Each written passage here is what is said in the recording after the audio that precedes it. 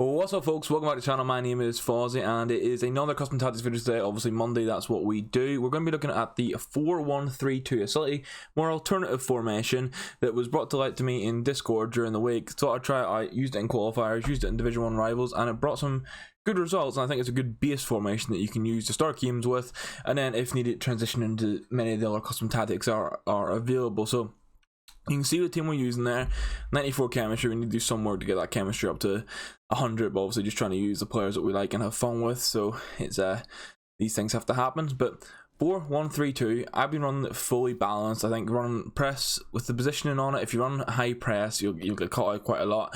And then the build up, I just found there's a lot of involvement from the wingers and the fullbacks, so having them on both balance and not having them get too far dragged out of position just worked quite well. Now we're running 4 width across the board because it's essentially like a 4-1-2-1-2, but instead of the cam, you just have a centre mid instead, so they sit slightly deeper, but you obviously have those wide players, and if you to try run 6-7 width, you're just going to get exposed by the narrow formation. So 4 gives you that nice element of the wingers being a bit tighter, and gives options for the central players, but then you can also make those darting runs down the wing. So 6 depth as well.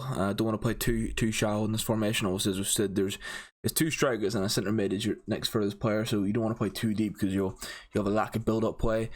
Players on box on 5, that's standard across the board for all the tactics we use, and then corners and free kicks on 2 as well. That is pretty standard. So that's how we line up in game. We've got Gunter, Mbabu, Cannavaro and Bender. These are all unbalanced if I go over to the instructions. So the keeper runs full balanced, centre backs are all your default, and then your full backs are fully balanced. You don't touch anything in the back line, and my involvement from my full backs was fantastic, especially Bender. I found I switched him from a centre back and had Mbabu out wide, put Bender out wide, and some of the overlapping runs he was making was great. Then our centre defensive midfielder is huge here, and I think you want a box-to-box player who can defend in this position when it comes to personnel. Obviously we've got the foot birthday Renato Sanchez. He can cut past the lane, stay back and cover centre. He does get involved with like manual runs quite a lot. Obviously if you air one pass, or I found that he would pick the ball up in a lot of positions where there was a lot of space for him to dart forward, and then obviously you've got your wingers in good space, or a striker to play the ball off to. So I would advise even that Vidal card, if you have completed him. I don't know if he's still available. He would work very good here.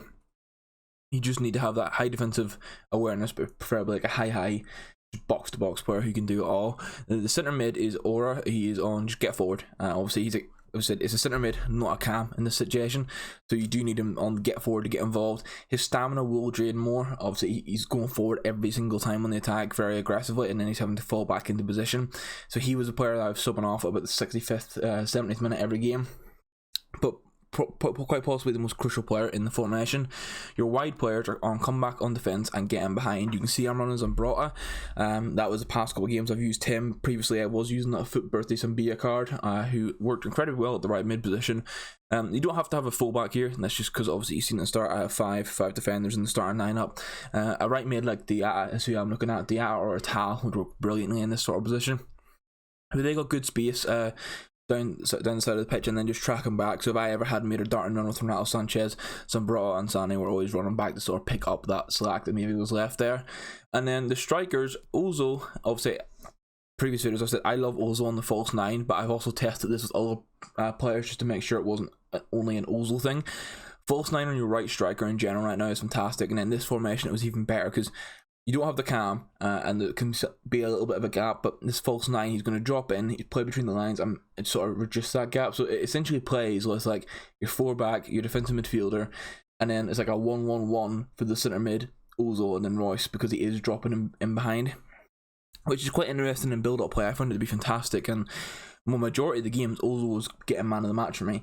So he was bagging goals, he was getting assists, he was just involved quite a lot. So only false 9 on him, and then Royce is on getting behind with nothing else. So these tactics were great. What I will say is probably the most, not basic, most simple tactics we've used. A lot of the times we're changing the tactics on every single player other than the centre backs.